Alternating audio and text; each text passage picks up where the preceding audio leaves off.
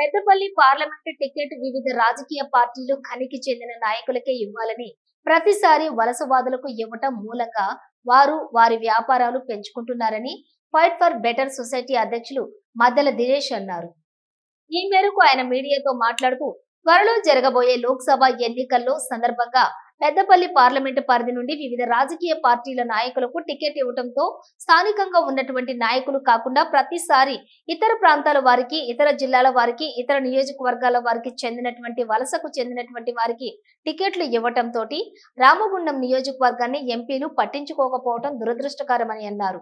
Parliament ఎన్నికలు వస్తున్నాయంటేనే ఎక్కడెక్కడి నుంచో వలసవాదులు, అభివృద్ధి మీద అవగాహన లేని వారు, మేఘ ఫలానా సామాజిక వర్గానికి చెందిన వారేమని, మా పార్టీ నేతలు మాకే టికెట్ ఇస్తున్నారని, 100 కోట్ల రూపాయలైనా ఖర్చు చేసుకుంటామని పెద్ద ఎత్తున ప్రచారాలు చేసుకోవడం అలవాటుగా మారిందన్నారు.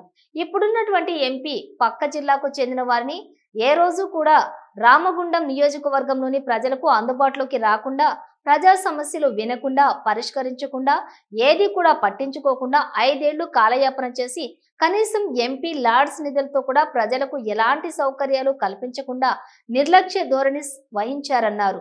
అలాంటి వారు ప్రజలకున్నా లేకున్నా ఒకటే అని విమర్శించారు. ఈ పెద్దపల్లి జిల్లాలో అనేక మంది నిరుద్యోగులు ఉన్నప్పటికీ పెద్ద ఎత్తున నిరుద్యోగం విలయతాండవం చేస్తున్న తరుణంలో పోటీ చేసే అభ్యర్థి యువ నాయకుడు పెద్దపల్లి కానీ, గోదావరి కానీ పారిశ్రామిక ప్రాంతంలో ఏదో ఒక అతిపెద్ద పరిశ్రమను ఏర్పాటు చేసే పరోక్షంగా ఒక 10,000 మందికి ఉపాధి కల్పించవచ్చని, కానీ ఏ రోజు కూడా దానిపై ఆలోచన చేయకుండా కేవలం ఎన్నికలు వస్తున్నాయనే నెపంతోటే పదవుల కోసం ఇక్కడికి వచ్చి వ్యాపారాలు, పదవులను కాపాడుకోవడమే తప్ప మరొకటి కాదని ఆరోపించారు. వలసవాదులను ఈసారి ఈ పార్లమెంటు పరిధిలోని ఈ ప్రాంత ప్రజలు వ్యతిరేకిస్తున్నారని, కావున జరగబోయే పార్లమెంటు ఎన్నికల్లో పెద్దపల్లి పార్లమెంటు పరిధిలో ఏ రాజకీయ పార్టీ నాయకులు పోటీలో ఉన్నా గోదావరి ఖనికి చెందినటువంటి స్థానిక నాయకులకే టికెట్లు కేటాయించాలని కోరారు. ప్రతిసారి పెద్దపల్లి పార్లమెంటు ఎంపీగా ఇతర నియోజకవర్గాల నుండి, అదేవిధంగా ఇతర జిల్లాల నుండి ఎక్కడి నుంచో వలసవాదులు వచ్చి మరి ఇక్కడ పోటీ చేయడం, గెలవడం, వారి వ్యాపారాలు పెంచుకోవడం, పదవులను అనుభవించడం, ఇక్కడ ఉన్నటువంటి పార్లమెంటు పరిధిలో ఉన్నటువంటి నియోజకవర్గాల అభివృద్ధిని విస్మరించడం అలవాటుగా మారిపోతూ ఉన్నది.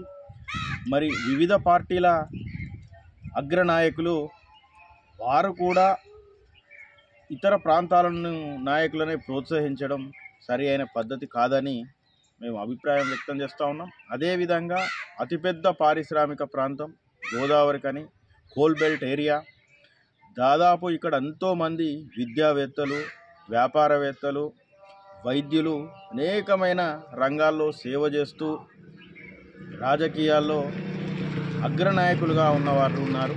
కావున రామగుండం నియోజకవర్గం సంబంధించినటువంటి నాయకులకే, లేకపోతే సంబంధించినటువంటి స్వచ్ఛంద సేవకు సంబంధించి కానీ, సామాజికవేత్తలు కానీ, టీచర్లు ఉన్నారు, వైద్యులు ఉన్నారు, ఇంకా వ్యాపారవేత్తలు చాలామంది ఉన్నారు ఈ ప్రాంతంలో. వారికే వివిధ రాజకీయ పార్టీల నేతలు ఇక్కడి వారికే అవకాశం కల్పించాలని మేము రాజకీయ నాయకుల అగ్ర నేతలకు విన్నవిస్తూ ఉన్నాం.